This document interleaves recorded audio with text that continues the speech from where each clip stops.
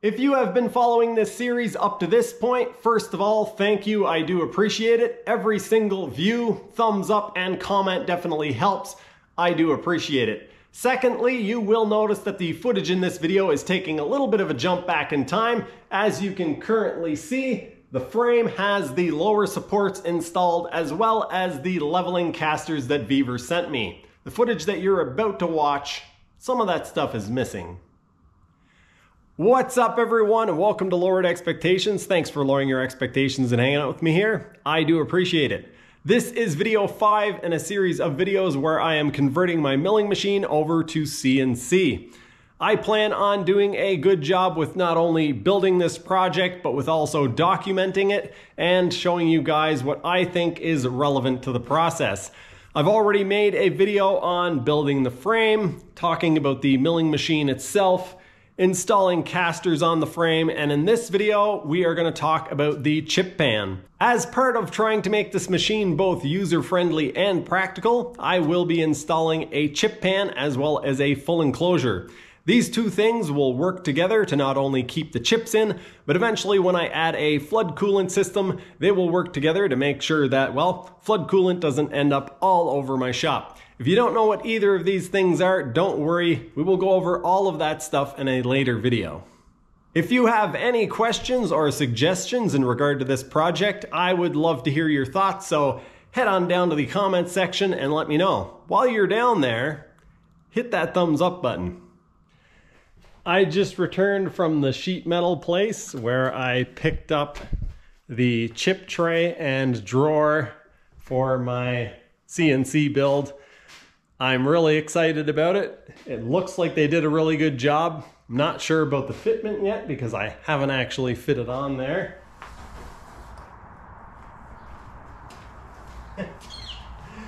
This is my chip pan.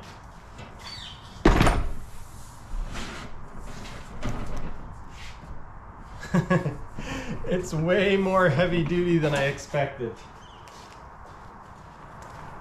These are the dividers that go in the drawers, and this is the only part that they didn't actually weld in place, and I'm glad that they didn't because that gives me some freedom on what size to make the filters.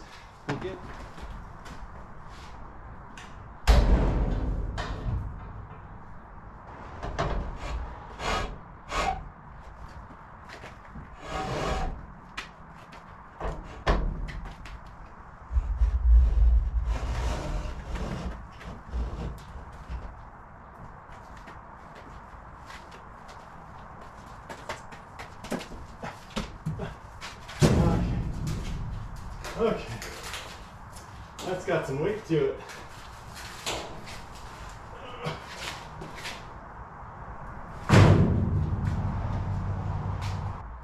Okay, let's see if I can get this up on there without destroying everything.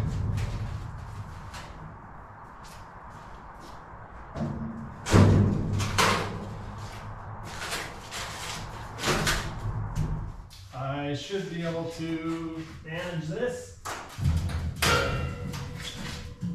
Maybe.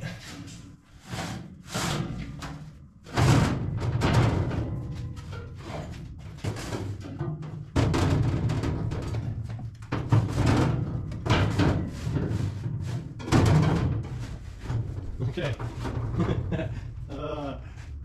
I am thoroughly amused that I built this in a CAD program. Somebody else took my design and it turned into an actual thing. I know that's the way it's supposed to work, but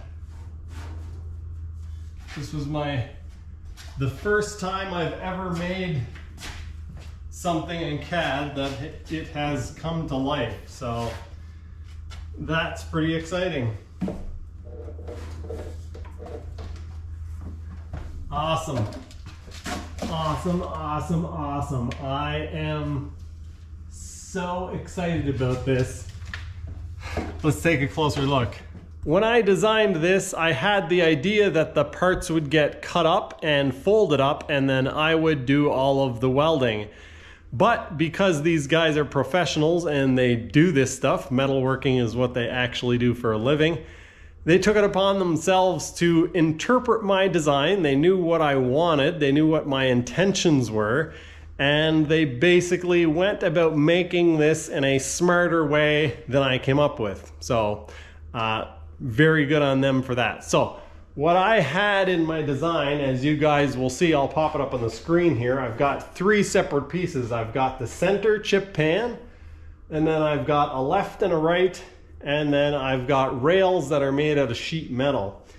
However, these guys not only took it upon themselves, as you can see, to make the bottom and the sides one piece, they also took it upon themselves to make the supports out of actual angle iron.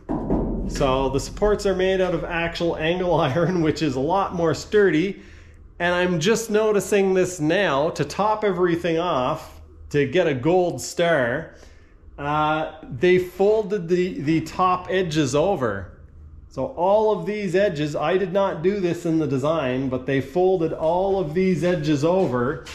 It makes it a lot more rigid, and it also makes it so that it is sealed up a lot better. So the only place where this thing can actually leak is at the weld seams. And how I had it, there would have been joints between the center and the outside, and there would have been joints in the corners here. So I am glad I got professionals to do this, and they did a bang up job. I am really excited about the way this turned out.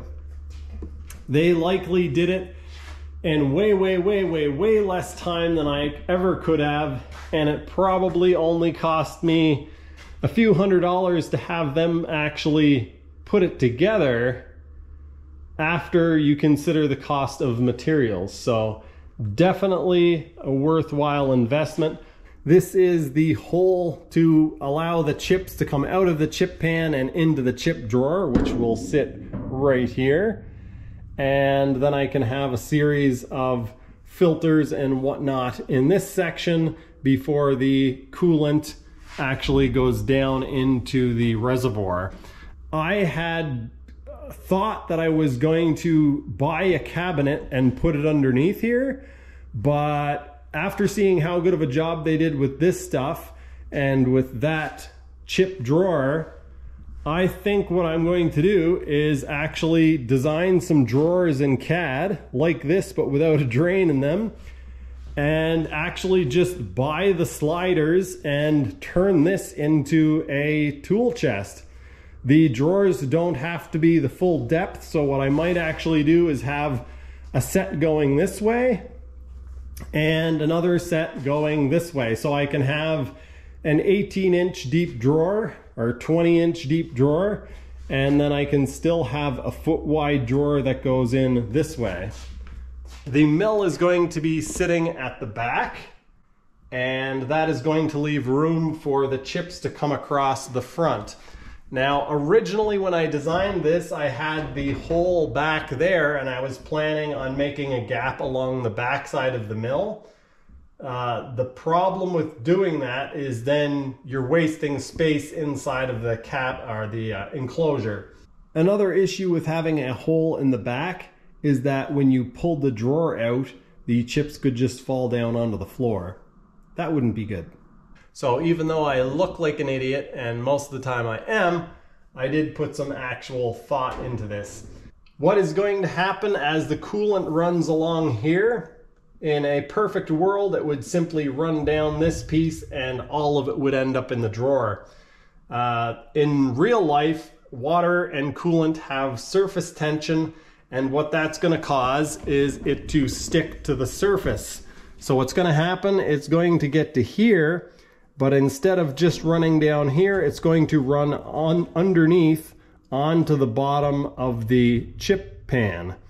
And so then it's going to hit the frame, run down the frame, so I'll have coolant running down the legs.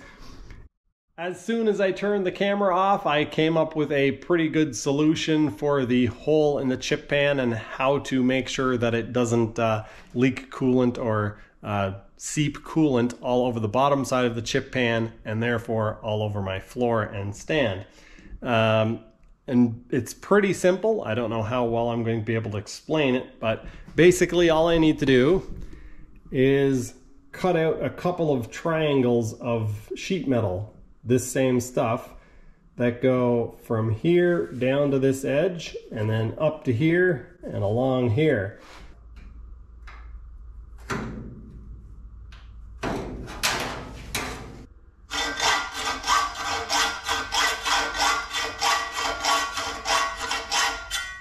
This is a piece of leftover material from the stand, and I've come up with a way to stop the coolant and water from sticking to the underside of the tray. This is going to get welded on underneath, and these little pieces wrap around the corner. They wrap around the corner here and here, and that will give a perfect transition for the coolant to fall down in.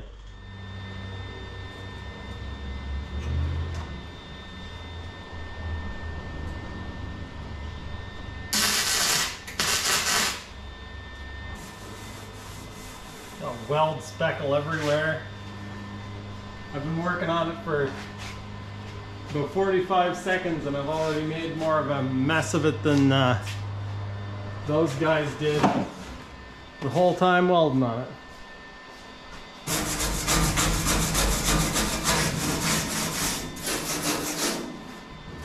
This next part might be a bit tricky. I don't need a huge gap for the chips and stuff to come out. So I think what I'm going to do is actually bend this back and then we can cap off the sides. It'll be pretty easy that way. Yeah. Don't ever say it'll be easy. 14% battery. Living on the edge, folks. Living on the edge. Alright, I have no idea if this is going to work, but I'm going to try to bend this over and tack it in place and let it cool and then let go and then try doing the same thing over here. Alright, I'm going to start with a fresh tip here because we don't want to make it harder than it is.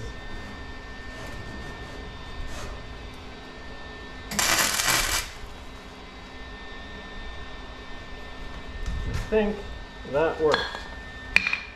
Got this piece of metal here. So what I need to do is cut along this line. Basically need 2 of those. This is what I've come up with. And it fits in place really nice. You guys can't see it from there, but you'll just have to trust me. Before I tack this in place, because it works so well on this side, I'm going to make a second one for over here and hope that it works for there as well. This is going to be a bit tricky.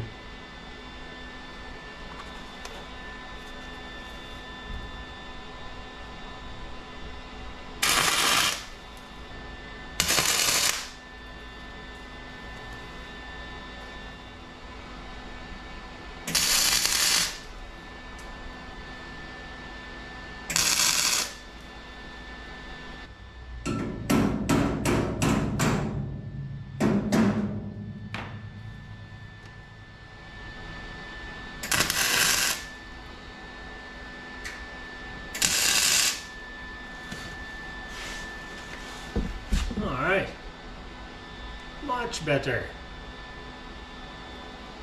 Let's get to work.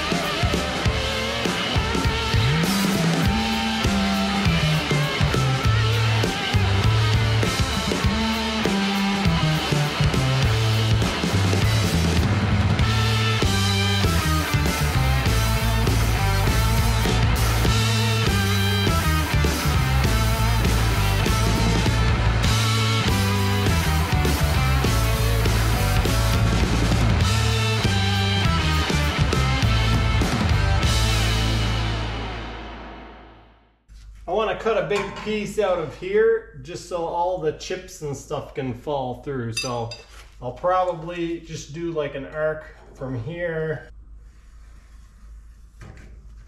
Something like that. Why is that stuck so hard? Oh, that makes no sense.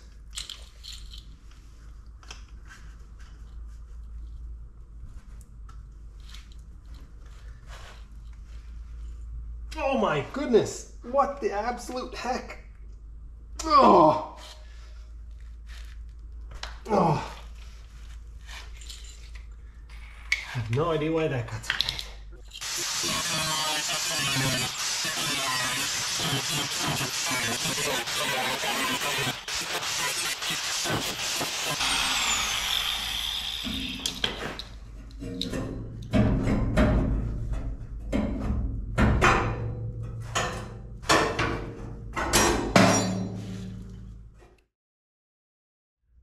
I'm having one of those days where I'm really struggling to figure out which project to work on and which part of which project to work on. I'm considering putting supports on the end of the CNC milling frame to support the chip pan.